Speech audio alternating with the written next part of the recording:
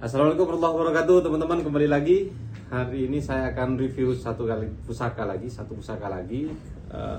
Pusaka ini punya julukan Seteteli. Kalau bahasa Indonesianya itu walet ya. Walet. Ini juga salah satu pusaka dari Sultan Abdurrahman. Wow. Jadi dari hulunya saja ini sudah menunjukkan burung. Ada teteli. Ini motif cegel dengan ornamen burung. Keljengkel.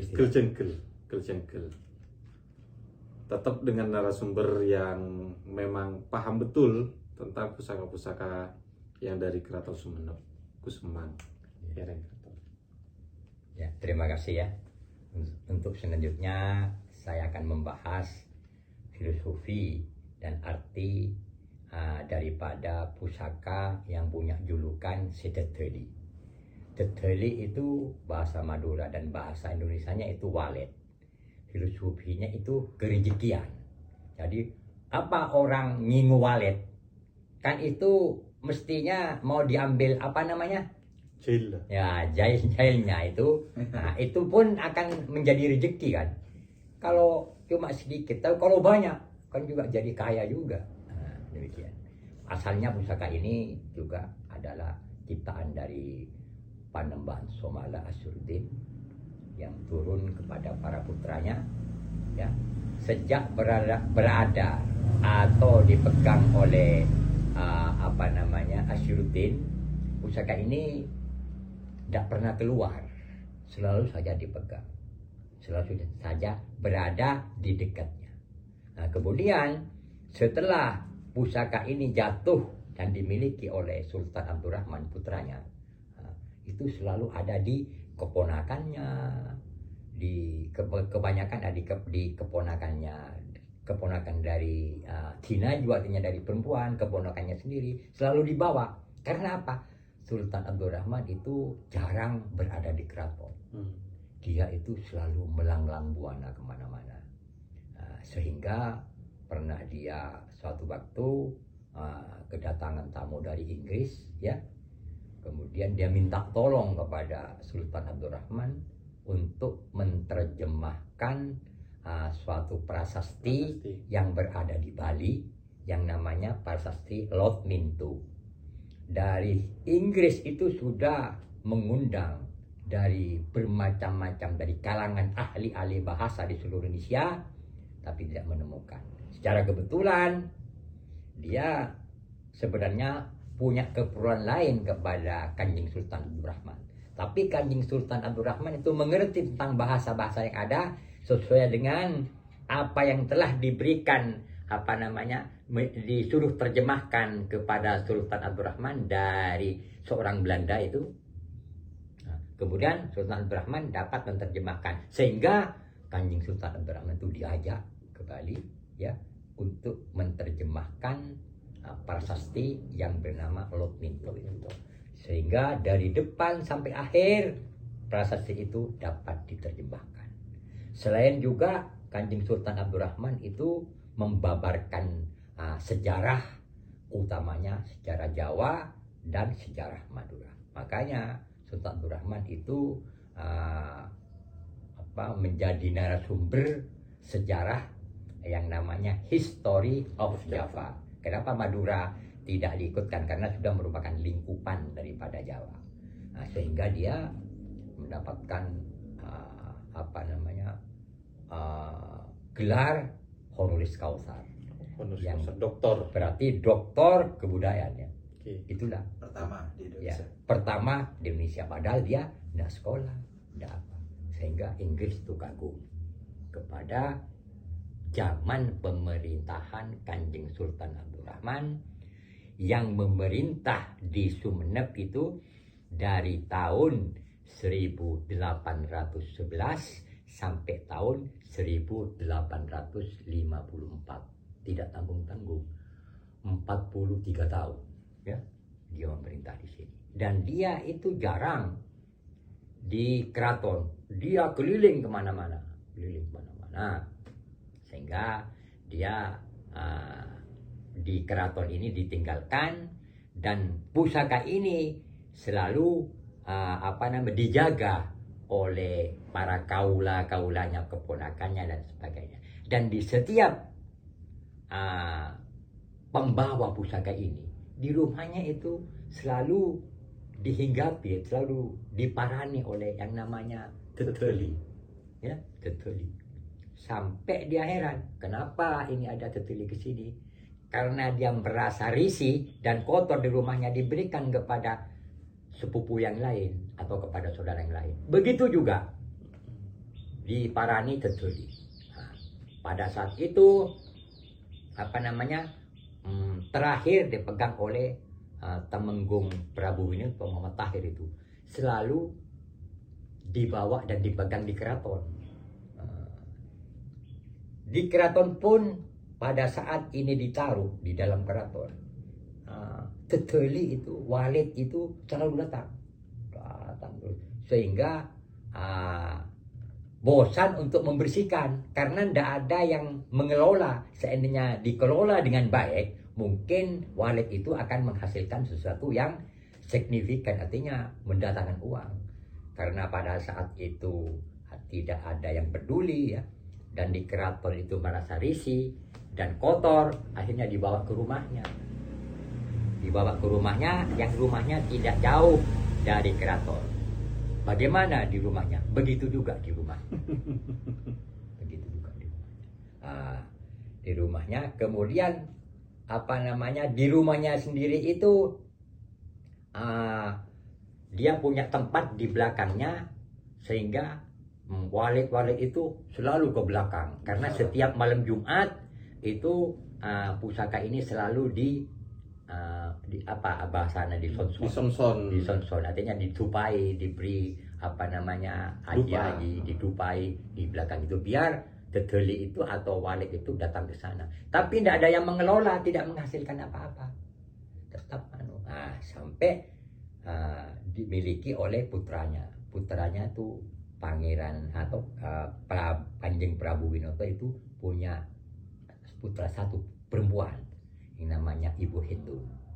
Ibu Hindun itu kawin dengan seorang dokter, namanya Dokter Muhammad Anwar, yang sampai sekarang menjadi ikon Rumah Sakit Sumeneb, karena Dokter Muhammad Anwar itu adalah ahli bedah pertama di Sumeneb, di Rumah Sakit Sumeneb. Dokter Anwar masih di rumah sakit yang lama.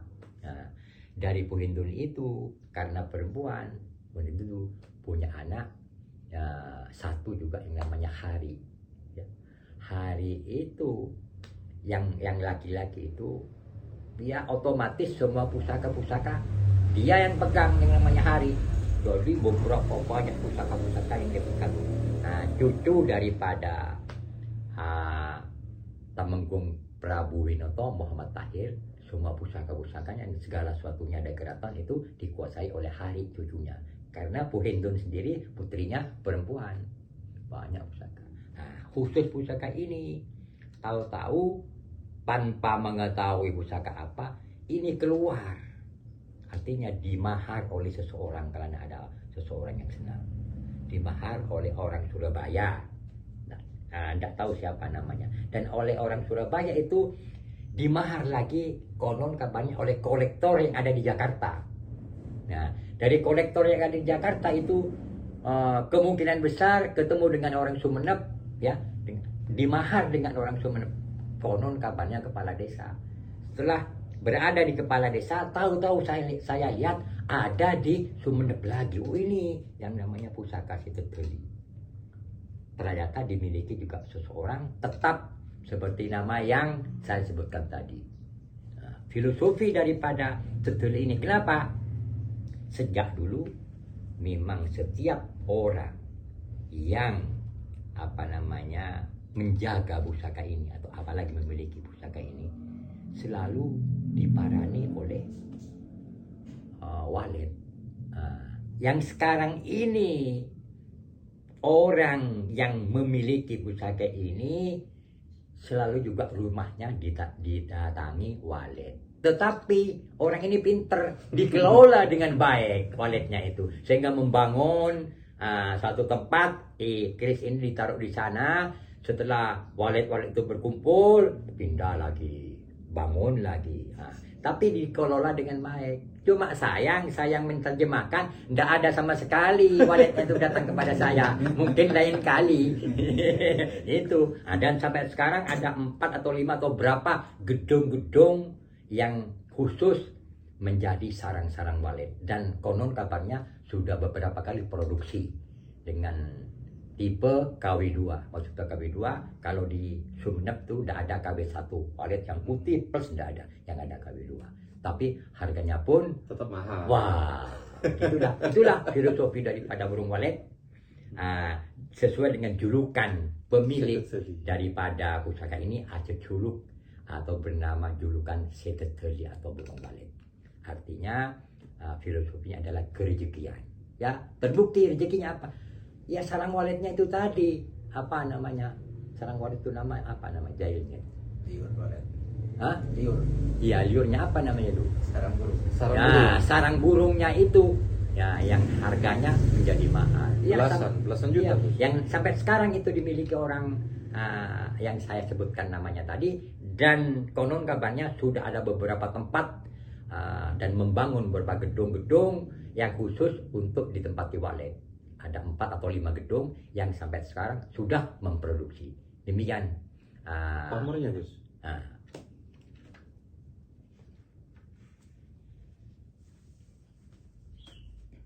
Pamornya ini hampir sama dengan apa namanya seserang lebet, karena merupakan produksi atau ciptaan dari seorang raja yang namanya Panembang Somala Asyruddin, yang merupakan raja kedua di kerajaan Sumeneb atau keraton Sumeneb, yang dimana Asyruddin itu memerintah, telah saya sebutkan tadi ya, dari tahun 1765 sampai 1811 lebih lama. Ini karena ini hanya khusus kerejekian ya, filosofinya ini kerejekian, jadi besinya itu tak seindah, tak sesemarak yang serang lebet. Ini anggaplah kalau yang serang lebet ini merupakan besi yang bermerek KW1, ini bermerek KW2. Karena apa? Karena ini khusus ada di lingkungan rumah sendiri, di lingkungan famili. Tapi kalau serang lebet itu bisa keluar, bisa melanglang buana keluar. Itu kenapa seteteli itu besinya biasa-biasa saja, karena itu untuk lingkungan sendiri. Padahal sama pamornya dengan serang lebet, lain serang lebet, karena serang lebet itu bisa di dalam, bisa keluar, maksudnya keluar daerah. Kalau yang teteli itu karena merupakan kerejekian, hanya khusus di lingkungan para kaula sendiri, para keturunan raja. Yang pada sekarang sudah dimiliki oleh seorang yang telah sampai saat ini dia telah mempunyai beberapa gedung khusus untuk memelihara walet, dan konon kabarnya walet itu sudah berproduksi. Dan bagi saya sebagai narasumber tinggal menunggu saja produksinya kapan saya dianterin. Begitulah, karena merupakan kekuatan itu. Untuk ini Gus, lebih sering mana Sultan Abdurrahman itu membawa pusaka ini atau serang lebet? Kalau Sultan Abdurrahman sendiri ini, kalau pusaka yang namanya serang lebet itu sering keluar anunya, jadi sering dipegang keluar ya, selalu dibawa keluar, jadi lebih banyak memegang pusaka yang namanya serang lebet. Kalau ini juga dipegang, tapi kebanyakan dipegang oleh putranya, oleh keponakannya, karena ini merupakan pusaka kerejekian, mendatangkan rezeki. Itulah. Kalau yang serang lebet itu sering dibawa, kalau yang ini dibawa juga, tapi kebanyakan dirawat oleh saudaranya, oleh keponakannya dan sebagainya, karena filosofinya adalah merupakan kerejekian. Dan setiap pemegang pusaka ini katanya selalu ada rezeki walaupun sedikit. Demikian. Berarti ini memang anggaplah kesayangan Sultan Abdurrahman Iya. ya. Bahkan katanya ke sholat Jumat pun juga Iya. dibawa. Ya kan, kalau sholat Jumat itu dibawa. Eka Songkel istilahnya. Eka Sekep. Eka Songkel. Kalau yang dulu itu namanya Eka Songkel karena tidak punya musuh. Kalau yang sekarang itu yang mana Eka Sekep sudah takut ada apa-apa. Baik, demikian teman-teman ulasan singkat tentang pusaka Seteteli. Kalau tadi kita juga sudah bahas Sesrang Lebat. Jadi semoga beberapa waktu ke depan kita akan ketemu lagi dengan pusaka yang berbeda. Akhirul kalam, billahi taufiq wal hidayah. Wassalamualaikum warahmatullahi wabarakatuh. Waalaikumsalam warahmatullahi wabarakatuh.